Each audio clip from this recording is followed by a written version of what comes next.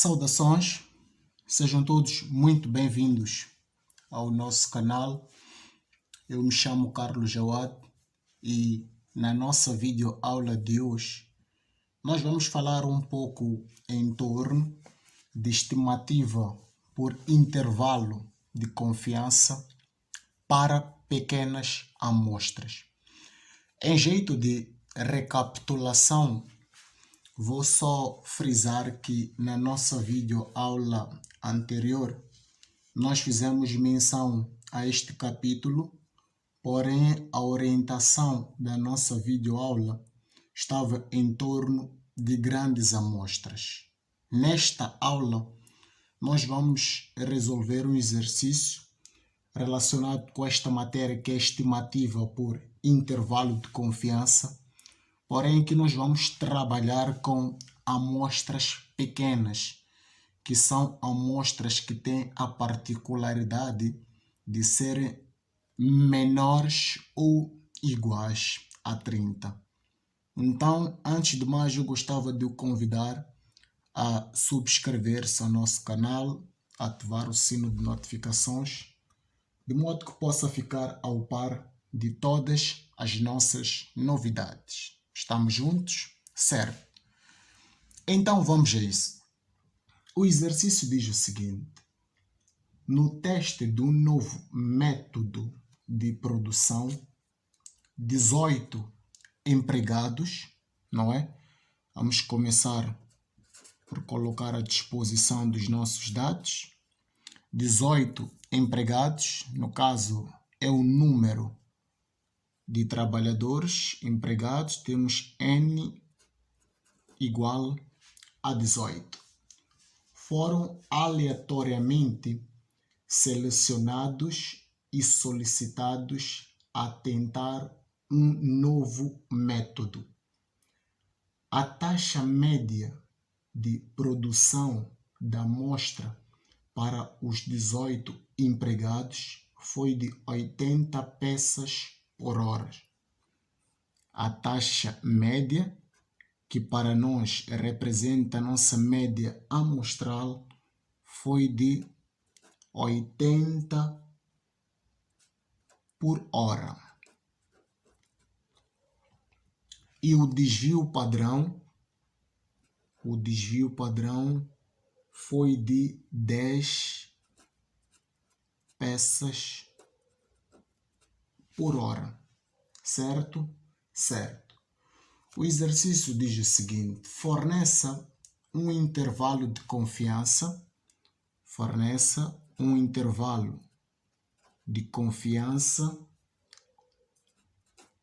a 90% e forneça um outro intervalo de confiança a 95% para a taxa média da produção da população para o novo produto, considerando que a população tenha uma distribuição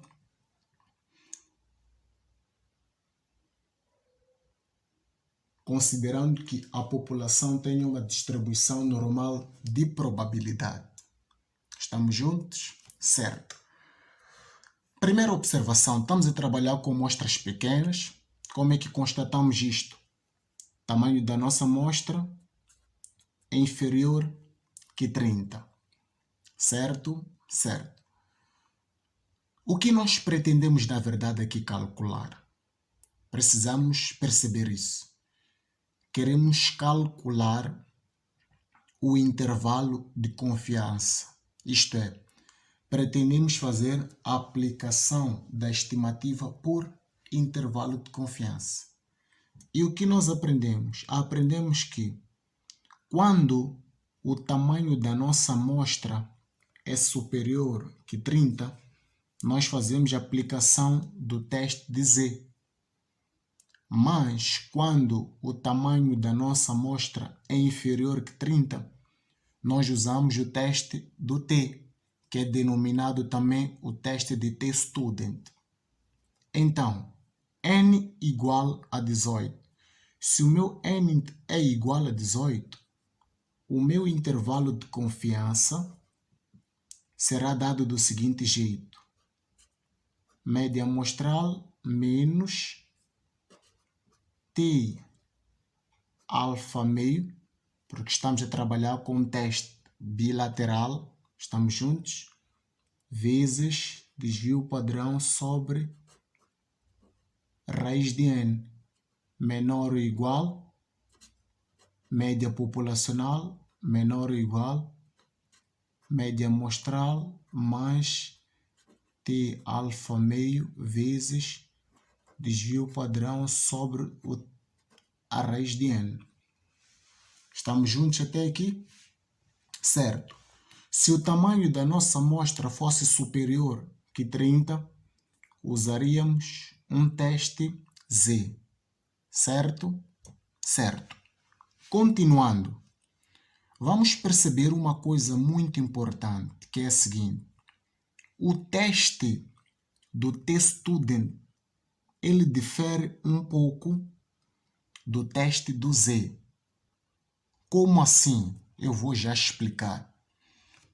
O teste do T-Student, ele apresenta uma disposição semelhante a esta aqui, que eu vou aqui representar. O teste do T-Student tem características semelhantes do teste do Q quadrado, mas lá vamos chegar. Aqui nós temos um nível de significância de 5%, o que pressupõe-se que este nível de confiança é de 95%. Certo? Certo. Nós estamos em busca de quê, na verdade? Deixem só fazer a representação de mais um gráfico. Porque falamos nós que estamos diante de um teste bilateral, por tratar-se de estimativas por intervalo de confiança, não é? Vamos colocar aqui. Nós estamos em busca de quê, na verdade? Estamos em busca de encontrar o valor do T alfa meio, não é? Que é o valor que depois nós vamos também substituir na nossa fórmula. E o valor do nosso menos T alfa meio, uma vez que o nosso teste é bilateral. Nós vamos considerar neste exercício especificadamente que nós estamos a trabalhar com um intervalo de confiança de 90%. Depois vocês podem fazer o teste a 95%, não tem problema nenhum.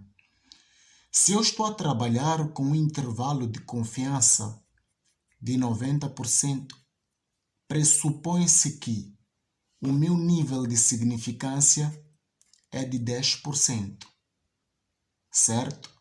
E uma vez que o meu teste é bilateral, o que eu preciso fazer aqui? Vou pegar no meu nível de significância e vou dividir por 2. Quanto é que isto me vai dar, na verdade? Isto será igual ao quê? A 10% dividido por 2, isto vai me dar 5%. Certo? Certo. Agora, como é que eu me apoio? Eu já sei que este lado do meu gráfico, ele corresponde a 50%. Estamos juntos? E esta outra metade corresponde ao quê? Corresponde também a 50%. E que por tratar-se de um gráfico bilateral, porque estamos a fazer a aplicação de estimativa por intervalos de confiança, o que nós fizemos? Já repartimos o nível de significância. Por isso é que temos aqui 90%. Estamos a trabalhar com um intervalo de confiança a 90%. Certo? Certo. Conseguem ver como é dado ou como é representado um gráfico do T-Student, certo? Qual será o mecanismo de aplicação deste tipo de gráfico, não é? Quando nós pretendemos calcular o nosso T-alfa. É muito simples. Vejam só. Para nós podermos calcular o valor do nosso t alfa meio, nós vamos precisar de quê? Grau de liberdade e o valor do nível de confiança. Certo? Certo. E como é que nós vamos proceder aqui? Vejam só, isto é muito simples. O nosso grau de liberdade ele é dado pela seguinte fórmula: n menos 1. Certo? Certo. Então, o nosso grau de liberdade será igual a 18 menos 1. Grau de liberdade será igual a 17. Primeiro ponto feito. Uma vez que o nosso gráfico é bilateral, mas percebemos que esta é a representação da aplicação de um gráfico quando o tipo de teste é de T-Student. O que nós vamos considerar? Vamos considerar toda esta área aqui pintada como sendo o nosso nível de confiança. Estamos juntos? Assim sendo, nós estamos a assumir o que na verdade? Estamos a assumir que estaremos a trabalhar, podemos aqui fazer marcação com T alfa sobre 2, grau de liberdade, nós já calculamos 17.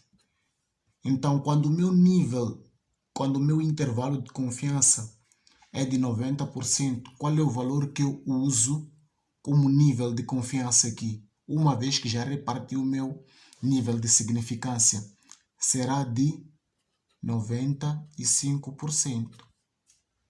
Certo? Certo. Então, quanto é que vai dar o meu T alfa? É simples. Nós vamos fazer por quê? Vamos para a nossa tabela do T-Student. Vamos buscar o quê?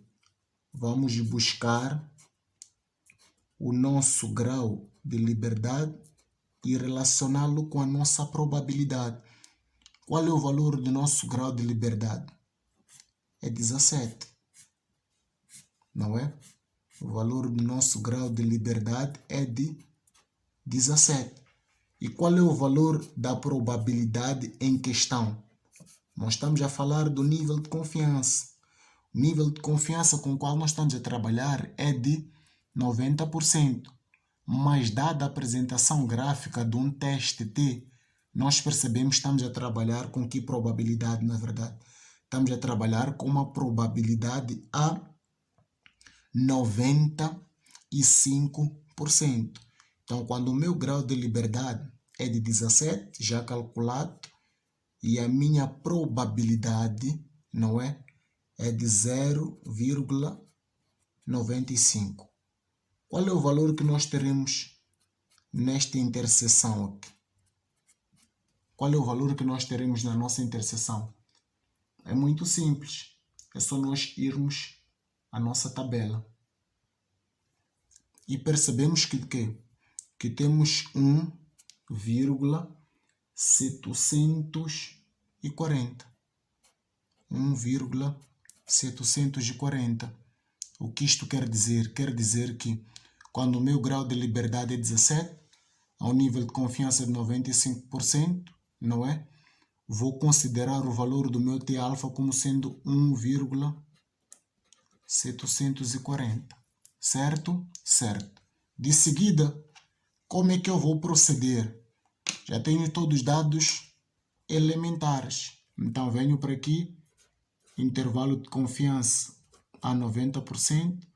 Vou ficar com a minha média amostral, que eu já conheço, que são de 80 peças por hora, menos meu T alfa meio, que eu também já calculei, é de 1,740. 1,740 vezes desvio padrão, o exercício já nos dá, que são de 10 peças por hora sobre raiz de 18, que é o tamanho da nossa amostra. Menor ou igual, média populacional, menor ou igual, 80 mais 1,740 vezes 10 sobre raiz de 18. Então, o nosso intervalo de confiança a 90%, vamos ficar aqui com o quê? Com 80 menos, podemos relacionar tudo isto na máquina de uma vez só. Vamos ficar com 1,740 vezes 10 sobre raiz de 18. Quanto é que isto nos vai dar arredondada a 3 casas? Vamos ficar aqui com 4,101, ok? Média populacional, aqui vamos ficar com 80 mais 4,101. Então, há um intervalo de confiança de 90%, certo? Nós constatamos que o quê? Vamos lá subtrair aqui 80 menos 4,101. Isto nos vai dar 75, vamos arredondar a 2 casas para melhor simplificação. 90, média populacional. Vamos somar agora. E vamos ficar aqui com 84,101. Certo? Certo. Esta informação podemos até aqui pintar de uma outra cor para melhor representação, não tem problema nenhum. Esta informação, na verdade, permite-nos entender o quê? Nós já havíamos feito esta interpretação no exercício anterior. Esta informação permite-me perceber que a taxa média de produção da população, não é? Ronda dentro de uma média que está entre 75,90 peças por hora a 84,101 peças por hora. Estamos juntos? E é desta forma que nós terminamos o nosso exercício. Eu espero que tenham percebido. Se alguma coisa passou despercebido, faça menção nos comentários, neste caso, que eu vou dar o devido esclarecimento. Grato pela sua atenção. Até uma próxima videoaula.